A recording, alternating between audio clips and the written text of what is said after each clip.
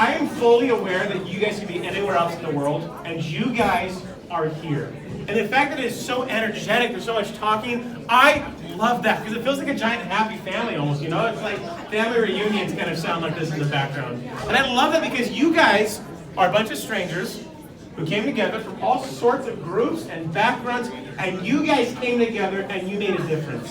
And you helped people that had nothing. And there are people halfway around the world in Cambodia who are never going to know your names, they're never going to know your faces, and they're never going to know your stories. But these people love you. And these people are grateful for you. And I know this because I went to Guatemala and I saw the eyes of these families and these people as they receive food. And they're not different from the people in Cambodia. And these people, like I said, they love you. And however sappy this sounds, I want you guys to know that you made a difference tonight. You have helped people. There's lives changed because of you. And here's the thing, I don't want this to be for me, but I want you guys to see the impact that you've made. With that being said, I try my best to share a story from the country your food goes to. And so we actually don't have a story from Cambodia tonight. So I'll do the next best thing. The Philippines is the dot furthest to the right, so it's the closest one I have to Cambodia. So I want to share with you a story from the Philippines tonight. That being said, before I share this first picture, I don't want to share this picture to shock or scare people. Rather, I just want you guys to see what hunger looks like. I want you guys to be able to appreciate it and to see and empathize with this. That being said, this here is shaming. Now, those of you who know the story, please remain quiet, but I want those of you who haven't heard the story just to guess real quick how old this little girl might be. Shout it out, just guess. 2, I hear 2 months, I hear 2, 1. Yeah, kind of around there. I would guess the same thing. This little girl is 3 years old, which is crazy. Let me tell you, I have a 3-year-old brother, which is its own story in and of itself, but that's for another day, you know. But I have a 3-year-old brother, and he looks so much stronger and healthier. He's running, he's playing. This little girl can't even sit up by herself. She can barely speak. Let me tell you a little bit about Shamie. She had tuberculosis, and she's lived, I don't know how long she's had it. I'm under the impression she's had it for a long time. It's caused her body to reject the food that she's mom given her, what little food she has. Right, so this is the reality of this family. They're in a country where medicine is really hard to find. Her daughter is sick, and she's starving to death in front of her. This is, I'm talking from the mom's perspective. And real quick, I want to kind of nip this in the bud. One of the reasons why I share this story is because I want to quell any thoughts that we are the main heroes of this story. I know it's kind of silly to think, but I want you guys to get a really good appreciation for where this food goes and how it gets there. So let me tell you a little bit about Shamie's story. The hero of this story is her mom. Her mom's name is Marlita. Marlita found an organization that was a 2-hour walk from her house called Malnourished Children's Outreach. Malnourished Children's Outreach is one of our partners in the Philippines. They focus on malnutrition, on the issues that might come along with that, be it malnutrition, be it hygiene issues, be it medical issues. And they help these families to get back on their feet. This mom made the 4-hour round-trip walk 5 days a week for months on end for her daughter. 4 months later, this is the difference in her daughter's life. Oh, wow. Isn't that awesome? Look at that. Look at this behind me. You can see the before and after. And I share this because, guys, 2 hours is a huge sacrifice. And especially for us, we're busy people. I mean, raise your hand if you guys just got to finals. Is anyone here? Raise your hand if you guys have job commitments, family commitments. Everyone should be coming up. You guys are busy people, is what I'm saying. And you guys have so much in 2 hours out of your lives, that's no big deal. That's a big sacrifice to be here. This mom made a 4-hour sacrifice, 5 days a week, trekking and hiking through the Philippines jungle, I'm guessing, carrying her daughter with her, guys. I want you to just appreciate what this woman went through. She goes to a partner of ours that's there 24/7, focusing on helping people like this. I want to show you guys the heroes of the story and how we enable them. But here's the thing. These people can't do what they do without you guys, right? If you imagine that this is a giant chain, right? And it starts, if you serving children the food, and there's all this chain of all these people taking this food, and it ends with the kid being fed, you guys are the very first chain.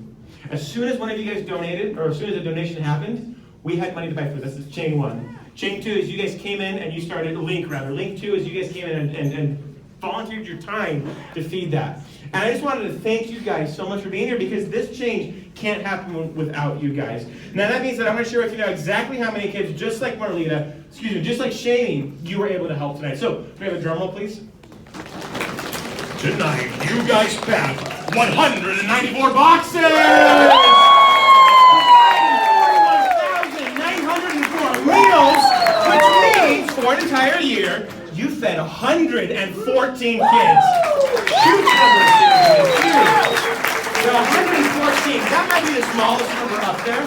But let's just play a game of hypotheticals for a second. I want to just ask you some hypotheticals. If you guys had just came and packed and had all this time together and just had fed 10 kids, would it have been worth it? No. Oh, yeah. 5 kids, 3 kids, 1 kid. I think that we can all agree that just 1 or 2 people have been helped in this time. This would have been worth it.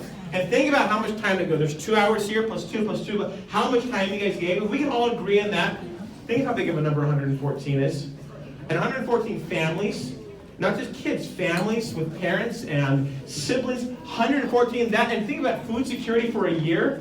That number goes way beyond that, guys. You gave a huge gift tonight, which is especially awesome because it's Christmas time. Think about that.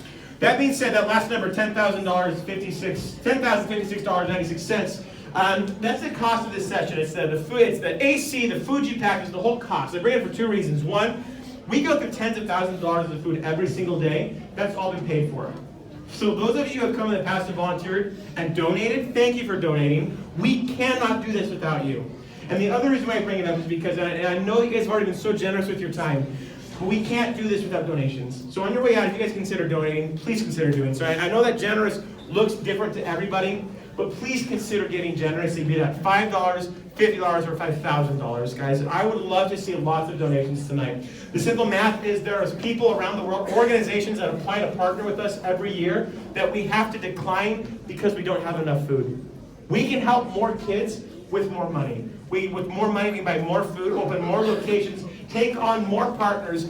We can change so much more if we just had the funds to do it. Sometimes I know that donation looks easier if you guys have a purpose in mind. So here are some awesome things you can donate towards. Be it donating a box of food. Feeding a kid for a year is $88. That's one of my favorite numbers because $88, again, that sponsors a kid for an entire year. Actually, every Christmas time, we do this really cool campaign where we have these heart ornaments. These heart ornaments come from a village in Uganda, or an organization in Uganda called Hope Again Women. This organization takes single moms and grandmas that are trying to take care of their kids. It gives them a chance to have artisan crafts that they can get income for, feed by starving children food. We actually take these heart ornaments that are made out of recycled UNICEF pamphlets and give them to you guys as a gift if you donate $88 or more. So if you wanted to get one of these as either for your own tree or for a gift for somebody, consider donating the $88, and this is an awesome thing that you can remember your time here with. Plus it feeds a kid for a year and supports these artisans. And so I just want to share with you guys, where I bring this up is just to kind of share with you guys what we do with our money, where it goes, not just for our feeding programs, but also to help artisans like this. And so if you guys consider donating tonight, please do. That being said, I'm already going 1 minute over, so I'm going to wrap up. Last slide I'm going to share with you here. First of all, volunteer again. Show of hands, who came here originally or tonight because someone talked to you guys about us, invited you, either a family or a friend or someone you work with or go to church with or go to school with. Raise them nice and high. I just want you guys to see. Look at the impact you can have. So talk about us and come again. And if you didn't have a good time tonight, just bring better people next time. You know, that's how you can fix that. Number 2, you guys can pray with us. Like I said at the beginning, we're a Christian organization and we're proud of that and we wear it on our sleeve. I like to throw the tag in though, regardless of your faith. If you believe in God and the power of prayer, whatever that looks like to you, pray with us. We have a prayer board by our pillar. Feel free to put a prayer. We as staff, we pray over that prayer board and take individual tags off every day to pray. We will pray for you. Please pray for us. And not just for us, but for these kids and for these families and for these partners of ours. You can donate. I've already talked a lot about that. I'm just going to gloss over it now. Just because I'm doing that doesn't make it any less important. Please donate. With that being said, the last thing I'll leave with you guys is this. You fed 114 kids tonight. If you take away anything at all, it's this. You fed 114 people. And like I said, they'll never know your names or your faces or your stories, but they love you and you have made a difference. With that being said, if you'd like to make a marketplace purchase or a donation, we'll have someone at the cash register in just a moment. If you need service hours, I'll be signing off on a service sheet to make a line right behind the pallet. I'll be doing it here. Finally, if you'd like to join us in praying over a pallet of food you personally packed, meet us right by the sink area. Grab a new hairnet or keep your hairnet on. We'll be needing hairnets for that. With that being said, guys, thank you for coming tonight. Love you all. Happy holidays, and I hope to see you guys again.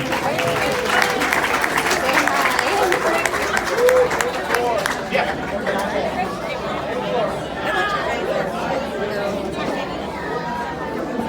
We're like, oh, there you go. Is that? I wonder if it's on us. Is it on us? Yeah. Okay, I think it's on us. Hi.